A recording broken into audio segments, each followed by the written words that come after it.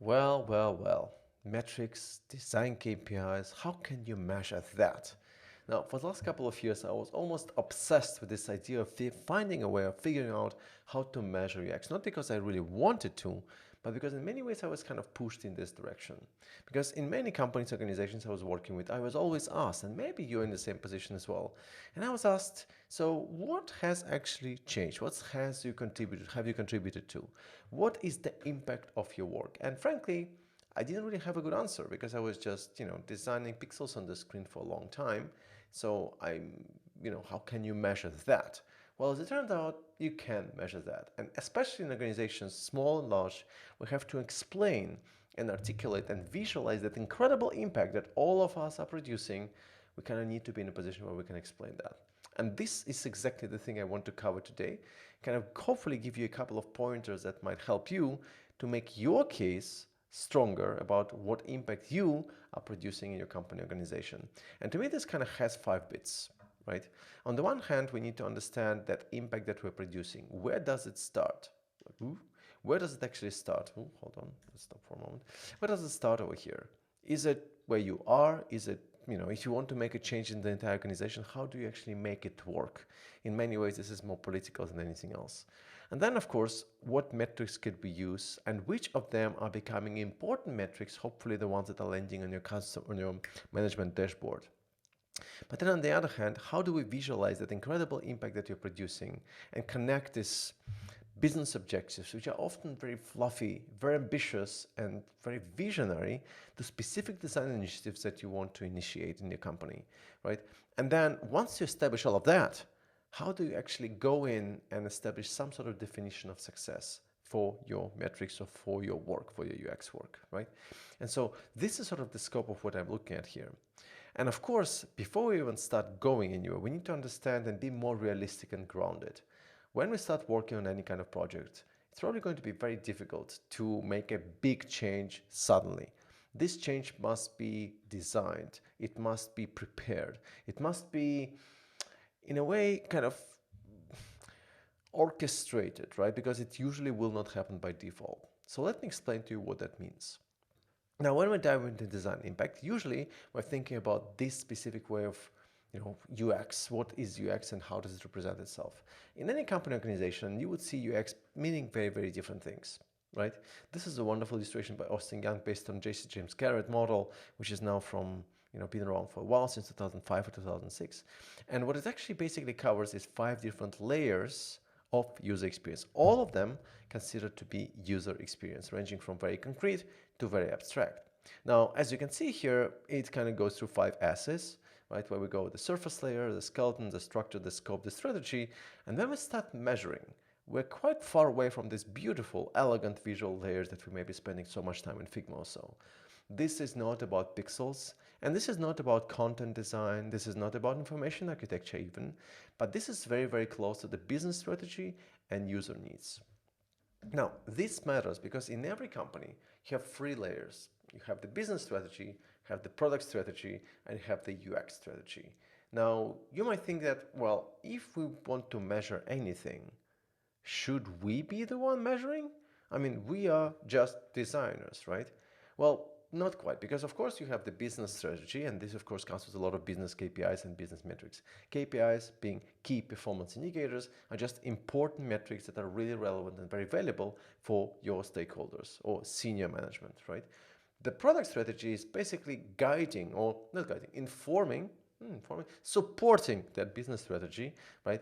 And so it needs to kind of create or design products that produce value for end users with the hope that we can recapture that value and bring it to the business, right? And the UX strategy, our work, your work, will be basically fitting into this because it must support the product strategy by delivering value through good customer experience, right? So when we're designing or establishing any kind of metrics, these metrics must be somehow related specifically to the UX work that we're doing, right? Not necessarily to the product metrics, not necessarily to the business metrics, but they must be supporting product and business metrics, as we will see in a moment. Now, personally, while all of this is expected from a UX professional at this point, because everybody seems to be looking for a full stack designer or full stack UX designer, right? Or full stack product designer, What I like is this different representation of the same model, which is coming from Jamie Mill, which is also based on top of J.C. James Garrett's work. And I find it's extremely concise and very, very accurate, because what we get here is the definition of, not definition, it's the overview about what is happening in the design process and global scope and global scale. Well, we have the real world. That real world is very complex. It's very contradictory. It's very difficult to even make sense of it because, for a while we just find it very, very difficult and quite challenging to map it in a meaningful way into the problem space. But once we do have this problem space over here defined, well, then of course we can go into solution space. Now the issue is, and this is something that we can find quite a bit with AI features, for example, that just show up all of a sudden and land on your desk, is that a lot of companies are obsessed by the solution space and trying to bring things to the solution space, and things that often don't have that much value, at least maybe have value, but basically because of a hunch. Because actually what they're missing is an understanding about how this problem space of reality is actually fueling it. Because if you have solutions designed over here without a proper understanding of the problem space, well, then you're basically inventing solutions that don't necessarily have merit or don't have value for the company organization, right? But this mapping from reality into the problem space is probably the most important thing that we can do. And if we want to measure anything, we can, of course, measure the impact of solutions, but of course, if they don't really solve a specific existing problem, then all these measurements will be very useful, right? So you can start measuring, but we need to know what we're measuring, and ideally those things must be coming from a problem space, unless you have a company with a very, very strong hunches that you're following through, right? And that impact that you're going to produce, that I was speaking earlier, it cannot come just by designing pixels on the screen. It must come from actually understanding the problem space that you have in front of you. And in fact, it starts exactly where you are working at the moment. It's very much defined by your team.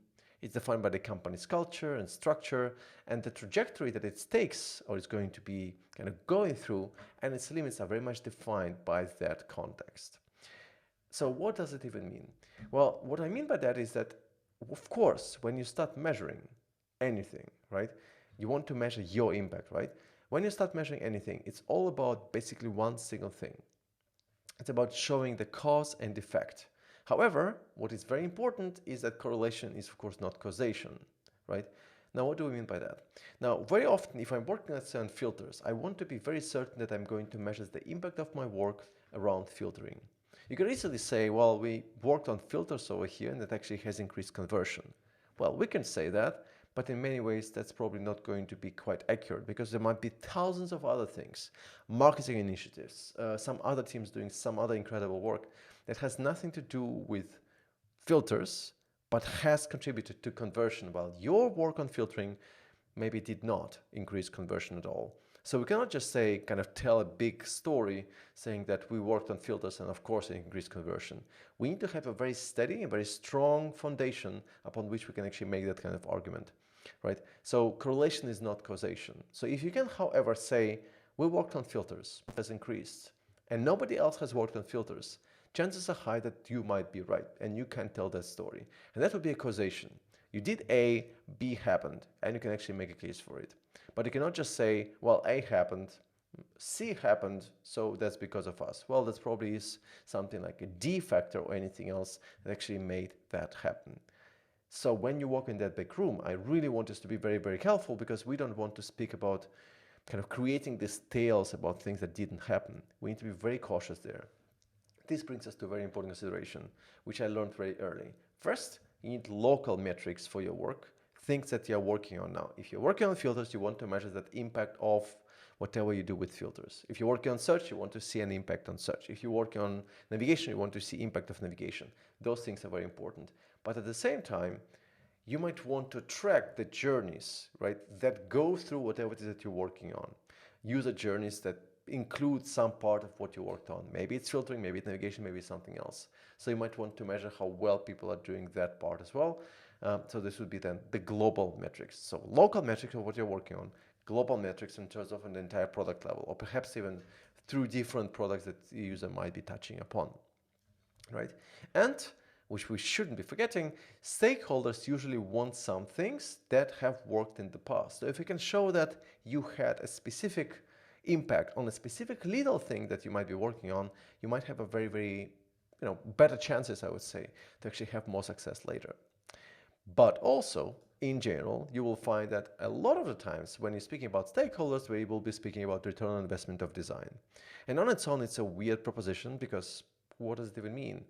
Design is a function that every organization needs. You can't just say, ROI of engineering or ROI of sales or ROI whatever. It's just a function that enables the product to exist or the company to thrive, right? So that just doesn't work this way. You can't just call it this way, right? But a lot of teams will be almost obsessed by this notion. Still, I really, really, really have to show this wonderful tweet by Eric a whole while back. The ROI of design is such a nonsense concept. It's like saying the ROI of trucks. Will investing more in trucks yield a return? Sure, for UPS. Design is just a systematic, intentional decisions. You need to know which decisions to focus on, which may not look like design. And of course, when we are designing, right, we're doing a lot of things that go way beyond just, moving pixels on the screen. And very often it is actually forgotten or overlooked, right? So why am I talking to you about this?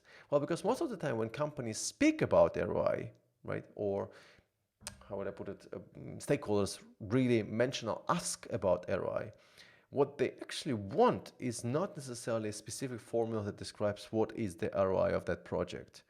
What they actually want are 4 things.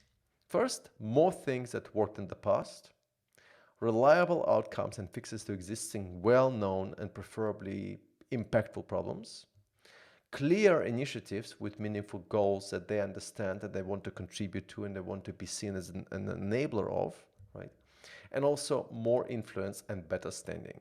So if your work, if your impact can fit into any of these areas, then you probably will be in a good place, right? But this is more on the strategic level, right? Because again, they want this, but ultimately what they also want is something in terms of the business, right? Because all of those things are kind of almost the outcomes, right? The outcomes of things that you can impact. And what are those things that you can impact? Well, this would be these 5 things, maybe even 6, right? Because what you can also always do is increasing revenue, decreasing costs, increasing new business, increasing existing business, and increasing shareholder value, right? Now, it seems very, very daunting. You might be working again on filters here and there. How can you even increase shareholder value? It seems to be so far away. It's almost impossible to reach, right? Yes, this is again not something you can easily show. That's what they want, but what you can do, oh, that was loud, but what you can always do is frame your work as a tool to increase revenue and decreasing costs. And when I'm talking about decreasing costs, I don't necessarily mean, usual things like customer service costs. Yes, they usually will be decreased if you invest in accessibility and work and usability work. That goes without saying, but there are also many other costs. Inefficiency costs. There are many costs around the sales acquisition costs, for example, or acquiring new customers in general, or any other things that might be hidden and not necessarily obvious to you. But if you actually start digging, you'll find there are a lot of costs that good UX work can actually address, right? And so one thing I would always try to look at, what are some of the bottlenecks that exist in the company that you might be able to address to start basically moving needle in the right direction? Because again, you want to produce an impact. Now, at this point, I do want to mention one more thing. Every time I think about the product, I think about a city. It's a city that has a central square, it has a lot of alleys, has a lot of neighborhoods here and there. People usually leave a neighborhood, but when they go to work, they're probably crossing one of these main squares. So if you want to improve the city, sure enough, you need to improve the neighborhoods, but you also need to, if you wanted to make impactful and affect as many people as possible, so as many people as possible notice it, right, then you probably want to improve the square or make something different about the square. So in a product, it's similar because there are usually a lot of areas that people are crossing, that people are going through. It might be living on a kind of crossroads of every customer journey or user journey. So if you want to make an impact that is noticeable, right, then you might want to go ahead and anticipate some of the changes that people want to see across those things that they actually attend to or visit a lot, right, or go through a lot. We shouldn't underestimate it. I think it has actually a lot of value. So if you want to increase revenue and you want to decrease costs, you look where it hurts or where it's known to be a problem. and you try to make a strong case for that, right? Beyond that, though, I think it's really, really important that we actually understand, have a clear vision about what it even means to be a UX designer today. And there is a wonderful article by Paul Adams that was published a while back now. And Paul Adams is the Chief Product Officer at Intercom. And a while back, he wrote this article called The End of Navel Gazing. And in that article, he was speaking about a wrong perception of UXers and how we see our craft or our work. Because very often it's depicted this way. It's kind of presented as, UX is the heart of everything. It's this magical glue that connects the business, the technology, and design. And if you look at this, yeah, that's us. That's me, right? I'm the center of the universe. I'm literally in the heart of everything. Without us, there is nothing. Everything breaks apart. We are the blood and the soul and the heart and the air. We are everything, which happens to be not true at all. Because most of the time what you'll find in a lot of organizations is that they have a hierarchy, right? A flat hierarchy, maybe a leadership in the middle, right? Maybe strong leadership, maybe weak leadership, maybe bottom-up leadership, maybe top-bottom, top-down leadership. But there is often leadership. Well, always leadership, right? And around that leadership, you have a lot of satellites just circling around. And one of the satellites is sales, support, recruiting, finance, HR, analytics, engineering, design, research. That's us, right? Design, research, PMs, business operations, marketing, and so on and so forth. Now, ironically, a lot of the teams, right, that we have here have a very strong connection to business. Marketing and sales report to leadership all the time. Finance reports to leadership all the time. HR reports to leadership all the time, right? Business operations reports to leadership all the time. I want us to be in a position where as researchers, as designers, we are reporting to leadership all the time. And this is where it brings me to this notion of design KPIs, or this is something that I really want to achieve in almost every project. I want to make sure that there is at least one UX-related metric that lands on a senior leadership dashboard so they can visualize and understand the impact and the role of UX in the company organization, right? This is very much my goal. And to get there, it all starts with the language.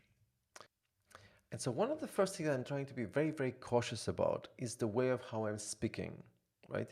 Because in many ways, I realize that the language that I'm often hearing in business rooms is quite different from the language that we're using as designers to communicate the impact of our work or to explain our work, to articulate the design changes that we're suggesting.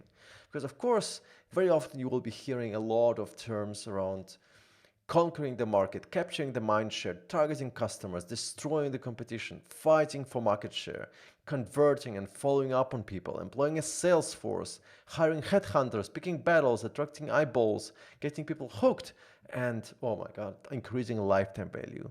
This is not lovely and not beautiful and not pretty, and this is not something that I can speak. But at the same time, when we walk in and we start speaking about improving consistency, it's very difficult to understand what that even means. You're kind of hitting the wall most of the time because it's kind of very difficult to make a strong case, an argument, to explain what is the return on investment of improving consistency. Does it really result in higher conversion? It's very difficult to make that case. In the same way, reducing friction or empowering users. In many ways, what we have here on the left is almost the opposite of what we have here on the right, right? And the same goes for things like developing empathy. And what I mean by that is not that we chose ridiculous language that only we understand. No, in many ways, many different teams develop their own vocabulary and languages that they speak, and that's perfectly normal that we speak different languages. But we cannot just speak our language when explaining the concepts to people who do not speak our language. So when I come in, I try to speak the language that they would understand, and that language is the language of metrics. And what I would say is, well, we've been working on filtering for the last couple of weeks or for the last couple of sprints, and we ended up increasing the usage of filtering, and at the same time we also reduced the time people need to complete or fill in or choose 5 most popular filters. Now that's something that speaks about the impact of the work that I'm doing, but also speaks about the value that it actually generates. And that, I think, is actually quite important because that value is something that a lot of organizations are speaking about. And I think in many ways, this is really the essence. If there was anything that I would need to remember when walking in that room, it's all about value. you will see a lot of talks about value generation, about value innovation, about capturing value, generating value, and everything is circling around value. And it's ironic that this very conference is actually all around value as well, because what you see in some organizations is this notion of value architecture. It's a model to connect companies' actions to the value it creates for customers and also to business outcomes, right? And it's kind of designed to really bridge that gap and value gap and explain how the business initiatives trickle down to design initiatives to actually, or business goals trickle down to design initiatives and then make a match. So how would it work? Well, usually it would look like this. These are the so-called design KPI tree. And what you see here on the top is a business goal, right? We need to increase revenue. Well, how do we increase revenue? Well, this is an important KPI and it's just a sum, right? That's not very surprising. But then if you want to increase revenue, you need to either increase orders or average order value. If we increase any of them, then the revenue will go up. If we increase both of them, the revenue definitely goes up, right? So this could be the ambition. Let's increase orders, let's increase average order value, right? How do we do that? Well, if we want to increase orders, we need to increase number of visitors, but also increase conversion rate, right? Those things are flowing into the number of orders. In the same way, if we want to increase average order value, well, we need to increase the average quantity and the average price per unit, right? And who can influence that? Well, product team can influence that, but also the marketing team can influence that as well, right? So those kind of presentations really explain how the value flows. And there are many different presentations of that, and some of them can be quite complicated, but in many ways, they kind of all go in the one direction. We need to move from whatever initiatives that we're posing over here on our local level, as designers, as marketing people, as product people, how does it flow into the business strategy? And this is a very crucial part, because what we're doing here, again, right, we are creating a flow of value from our UX work, and we're visualizing that, from our UX work into the product strategy world in our actual business strategy world. And those are always connected. And the work that we're doing has always some impact, right? Maybe it's very little impact, maybe it's a lot of impact, but we kind of need to visualize it. This is a way to visualize it, value architecture, but it can look differently. This is coming from a wonderful work and framework by Peter Lewis from 2020. And what he basically said, well, what if we did it differently? We do want to create this sort of value architecture, but we would have a business outcome on the one hand. This is something that every company wants because it kind of brings them strategic advantage. But we always should attach two things to it, right? Because you cannot have successful businesses without successful customers. First, we need to deliver value to the customer, then we need to recapture that value and bring it to the business, right? So this is how it usually would work. So if you want that desired business outcome, we need to attach it to a customer outcome, which is the benefit that we want to enable. And to enable it, well, we need to provide a solution. It could be a new product, could be a new feature, it could be a new change, it could be whatever, right? Anything that is in our control. This is inside of our control. With it, we're influencing customer value, and with that, we influence business outcome.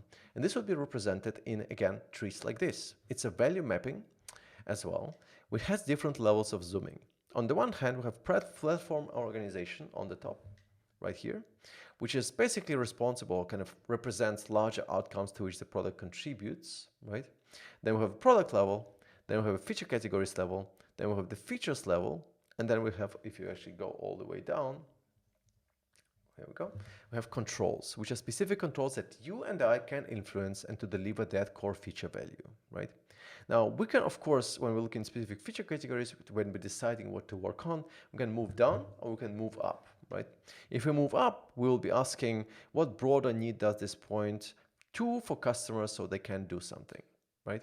If we move down, well, what smaller problems need to be solved in order to sufficiently meet the need of the product or produce that outcome, right? And at every level, we're basically looking at these three areas, right?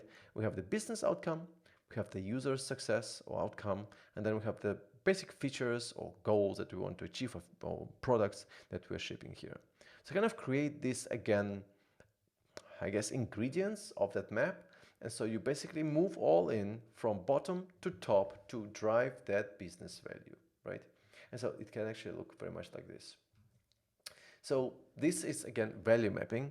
And again, at this point, you might be wondering, well, hold on for a moment, but what how do we do that? So fine, okay, sure, we can connect the business goals and design initiatives maybe like this, but how would we actually do that?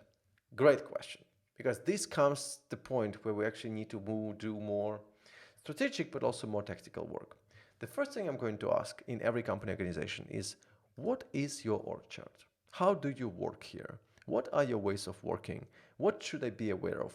How does it work here, right? And very often I would get maybe something like this, right? This is an org chart, and you maybe are working somewhere over here. And as you're working over here, you might have a manager over there, and then they might know some people here and here and here and there, right, who are actually interested in UX initiatives because they know that UX initiatives work. Maybe they help them in their project. Well, the problem is that if you are here, you will have no idea about those people unless you ask. And it is very likely that somebody who is living up in the ladder, maybe here or maybe over here, will actually block your initiative because they don't understand it, because they were not involved, because they never contributed, and they just don't know why you're doing it in the first place, right? So if you believe, right, that if by doing just good work and prompting a change to making it happen, because this is where you kind of are, you will initiate the change and make a big change in the organization, I believe that you might be wrong, because by default, your attempts, your efforts to change that company will be blocked. They will be blocked by default unless you have people who are carrying that in action. But this does not come by default. It must be intended and it must be designed. So this is something that I think is quite important, and showing value early on here is really, really significant. Right.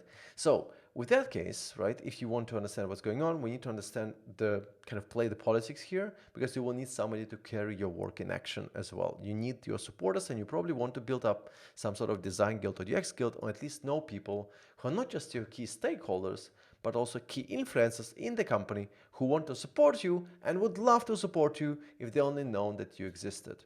So that kind of becomes a little bit political at this point, right? But then you get this, you get this org chart. And I also always like to ask, can you give me just an overview of representative tasks that people are performing in this environment? What do people do here?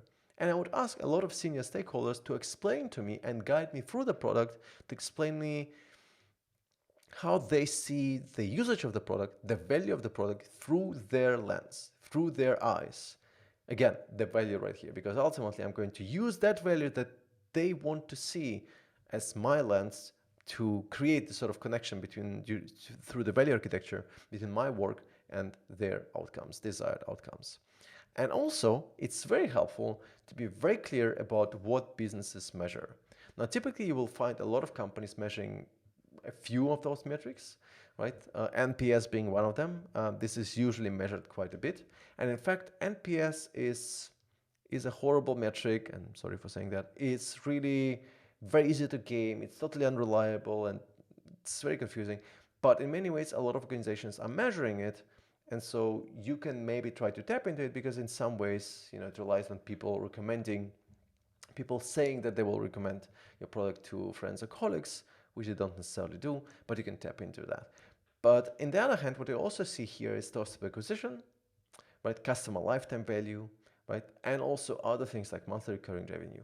I want you to not feel frightened by these metrics. They might look very daunting at first, but they're not very that complicated, right? So it's probably a good idea to understand a little bit about how they are and how they work, because in the end, if you think about customer lifetime value, well, you look at how long a customer remains a loyal customer and what is the value that they're bringing to the company over that time, and this is your customer lifetime value. And then you look into how much money you're getting recurring revenue, as if you have a subscription, per month or per year. Nothing groundbreaking either, right? And then you have cost per acquisition, which is how expensive it is actually for sales to acquire a new customer. And then on top of that, you have some other things. Personally, I find them a bit difficult to understand, because again, this is one side of the equation. It's not a full picture at this point, right? Because what I get here, just a general overview, maybe a session duration is 2 minutes 47. So what? I don't know what happened there. You might try to understand where people drop off. And so this is why analytics, if you grow in terms of traffic or anything like that, but I don't know why. To understand why, I need to do qualitative testing. But then you also have some other things, like system uptime, feature utilization, and so on. So different companies measure different things, but often they also measure similar things. Sometimes you also see this kind of business flywheels showing around, maybe North Star metrics or anything like that, where you have a company very much focused on one or a few very specific goals and very specific metrics or KPIs that they really want to improve, because they believe that if you just improve one of them, well, then you're gonna get these flywheels in motion, and then they actually do the work for you, right? So that's what kind of happens on the business side. The question is, what happens on the design side of things? Well, when we look at what we can measure, right, this would be my toolbox. This would be my set of metrics. So behavioral metrics, attitudinal metrics, custom metrics, diagnostic metrics. Typically, what I would try to spend a lot of time on is not to measure all of that. That doesn't make sense. Typically, it would be maybe 2 to 4 metrics. Local metrics. Remember, if I'm working on filters, I want to measure the impact of my work on filtering. So, but at the same time, probably once every 6 months, maybe you might want to measure the entire customer journey that actually goes through the work that you are doing as well. So you kind of get these 2 different levels of zooming, as I was mentioning before. And specifically here, I would say what is always my goal is to be able to identify the tasks, the key tasks that people are performing, and measure task success rate for those tasks, right? And usually it's not a big, expensive endeavor. You bring in maybe 15 to 25 people, right? Again, you do this maybe once every 6 months, or maybe you do it faster depending on how fast you can ship, right? And so you bring in people and you give them tasks, maybe 12 to 15 tasks max, right? And you see how successful they are. If people actually do or can do independently what they're supposed to be able to do, right? And also how much time they actually need to achieve that, right? So you get that. Plus, of course, if you're working on forms, you can look into error rate, error recovery rate. If you're working on search, you can look into top 100 search quality, or top 100 search queries that come your way, and then see how accurate they are, represent the kind of the results that they need to be displayed there, or if they actually show the results, like when people are searching for them, if those results show up. When you're working on onboarding, you might want to indicate, or measure how much time people need to be successful, but that first success might mean very different things for different types of users. But then when it comes to forms, right, as well, what it probably is a good idea to measure is just how accurate and error-free your user's input is as well, right? So things like that, very much dependent on the task at hand, right? I think I had here somewhere a very big list of all the different things that we have established at some point. So this would be pretty much it, right? Could be top task success rate, time to complete, time to value. These numbers, of course, are placeholders. They're very much dependent on the project at hand. But when it comes to top task success rate, we want to be people to be at least 80% successful of the time, successful with these key important tasks, right? Accuracy of data, frequency of errors, accessibility, performance, but also sales marketing costs, time to release updates, time to first success, and environmental impact, customers hotline calls, and so on and so forth. So, right, in all these design KPIs, if you like, they all are related to your work. They're not random, right? It's not just conversion, right? It's specifically things that you can influence, which we often forget about. This is actually a more complex and comprehensive overview, just in case you want to take a screenshot of this, right? But obviously, I also publish quite a few things about it on LinkedIn, so feel free to follow there as well, right? But coming back here, right, this is sort of a toolbox. And again, for a given project, you probably will not pick 5 or 10 or 15. You will not be able to ever measure it. But what you can do is to measure maybe 2, 3, 4 for a given project, maybe for a given quarter, right? But on the other hand, what we also get here is surveys, like system usability scale, which is an established one. You also have CSAT, which is actually also what business usually measures. You also have feedback scoring and gap analysis as well, frustration score. And if you're interested in this, you can feel free to drop me a line. I'll be happy to help and point you to the right direction. But then there are also task performance indicators. That's something that we use all the time, which is basically based on the task success rate and the time on task. And then time to decision. Somebody lands on a landing page, right? How much time do they need to make a decision? That, of course, will be affecting video courses, any kind of e-commerce website as well, because very often people are paralyzed. They cannot make a decision because something important, really critical piece of information is missing for them, right? So this would be my toolbox. Now, if you bring it all together, it kind of can end up with slightly kind of interesting ways of looking into this. One of the really interesting metrics that I highly recommend you to dive into is the TARS metric. And I find it actually quite helpful because it's kind of a product metric, right? And so if you sit down with your product manager, you might want to establish that, and naturally it will also fit into, at least partially, to measure your success, UX success, and also retention of features or changes that you're shipping. So TARS is a product metric that combines target users, active users, retention, and satisfaction scores to evaluate the impact of features and also measure UX success. Now, how would that work? Now, typically, what we're doing with this is we're looking first is for a given feature, what is the target audience that we're actually aiming to reach here? We kind of quantify it.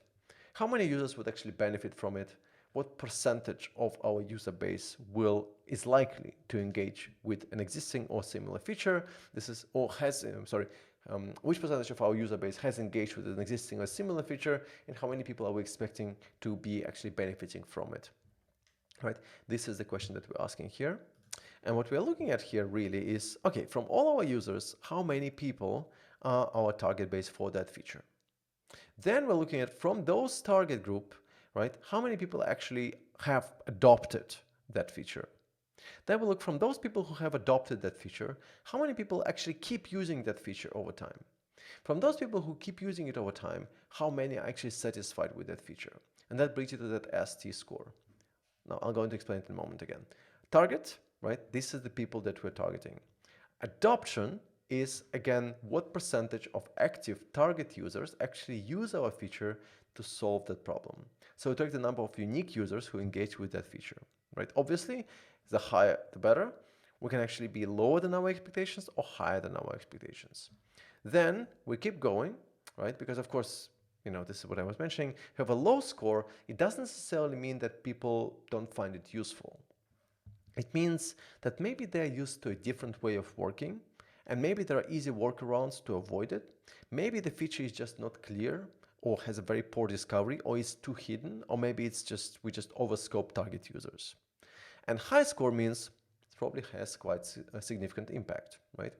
Then, so again, we have target base, we have the adoption, and then we have retention. And here we're tracking of all the unique visitors who meaningfully adopted the feature, not just clicked on it, but maybe used it at least once.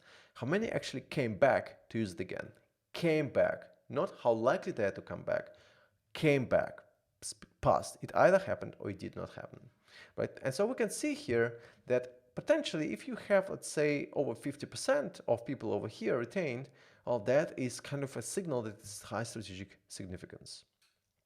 And then those people who actually did retain and did keep using the feature, we ask how easy it was to solve a problem after they used that feature today, maybe in a pop-up or something like that, right? So that brings us again to the satisfaction score. Now, if you actually map it all together, right, it kind of becomes this, right, this ST score. And with that ST score, you kind of divide the percentage of satisfied people with the percentage of target users. And that brings us to this. Sorry for a bit of math here. So we have some people targeted, some of them adopted, some of them retained, some of them satisfied. To actually figure out how many people actually end up being satisfied with that feature and use it, well, we multiply, and then we get 2.52, right? And then if you divide satisfaction score by target score, you get to this value. You might say, okay, whatever, so what? Well, the good part is that now you can map it. You can map it across two dimensions, ST score on the one hand, and strategic importance on the other hand. You can say, hey, those features that we have over here are liability features. They actually seem to be having a high performance, or high importance, but the users are very unsatisfied, right? Or have a very low satisfaction score, right? Or not many people are really satisfied with that. Or we have things over here, highest importance, high score, well, core features. But we also will be discovering overperforming features, right, with a high ST score and very low strategic importance, and project features. So we can then prioritize based on that, right? So all of that just to say that what they're trying to achieve here is some sort of an understanding about how are we doing here. Why? Well, because there is a connection. Remember what I was mentioning about NPS, right? Well, there is this paper by Lenny Puglianti a while back, which basically showed that there is a connection between the SUS score and NPS score. The higher the NPS score, the SUS score, the higher going to be the value of NPS, right? So you can actually tap into that. Okay, what's the desired outcome of this? Really, it does not have to be complicated. Ultimately, you could start here, just here.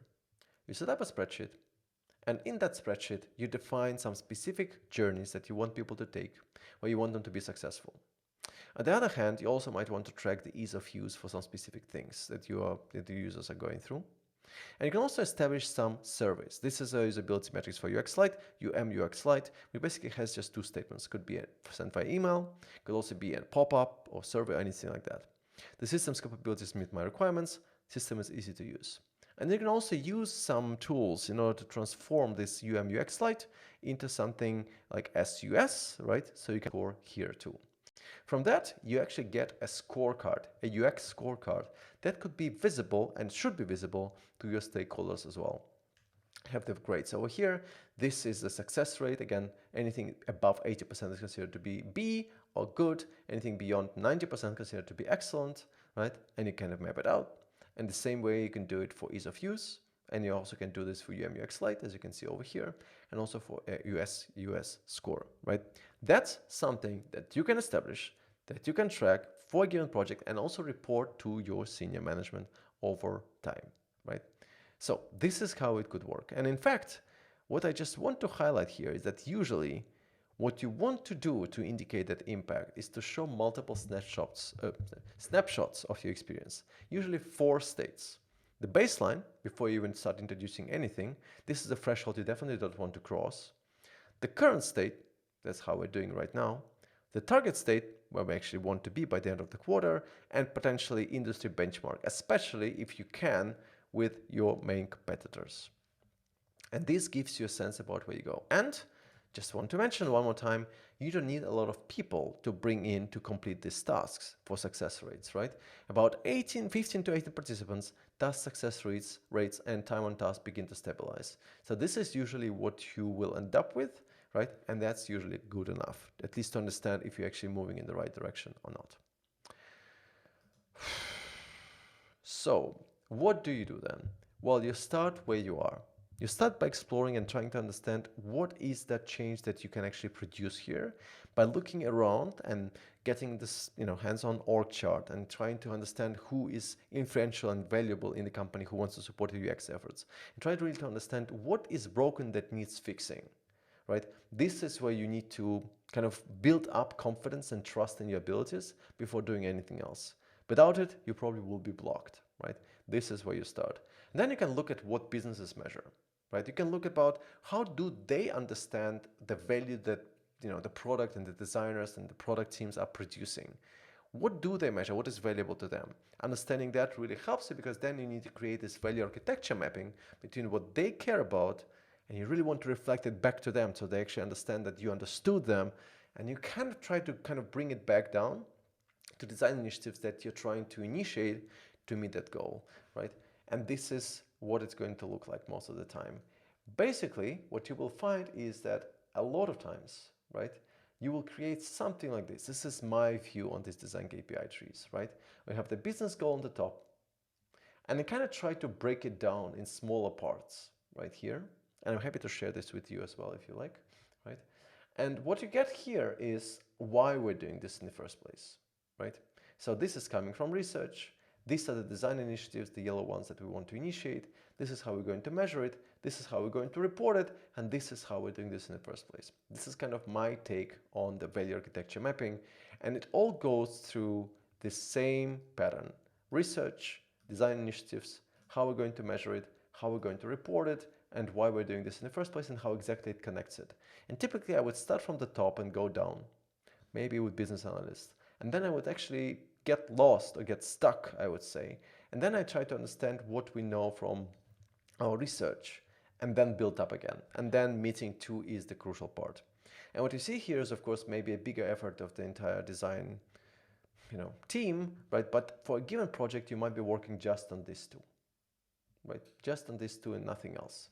maybe everything else will be done by other teams, right? And or maybe not everything else, but something else will be done by another team. And then you maybe bring it together to indicate and explain what your design team is going to do. Or you can just do these two things. That might be perfectly fine as well, right? So, in summary, right? Well, every product needs a healthy mix of metrics. So you probably will have some business metrics, but you probably also want to have some design metrics in the mix too. They must work well with business KPIs. They must work well with product metrics too. If you can avoid NPS or frame your work to tap into it, with the UX strategy, we kind of help deliver real value to users and business. We shouldn't be forgetting that. You can also use this feedback scoring and gap analysis for actionable insights. The idea behind it, if you just search for it, is that we actually give people surveys and we ask them to score how well we're performing across specific dimensions that are important to us. And if we want to be better in one of these dimensions, then we understand that there is a gap that we need to fit, and so we do gap analysis there. In general, one of the things that you probably want to do is identify user segments and top tasks for each, and then improving them. 2 to 4 local and global design KPIs, ideally report monthly if you can. If you can ship only once every 6 months, you can report twice a year, right? The important thing is that you understand that you are actually moving on the right track. Then we can also track the performance of features with TARs.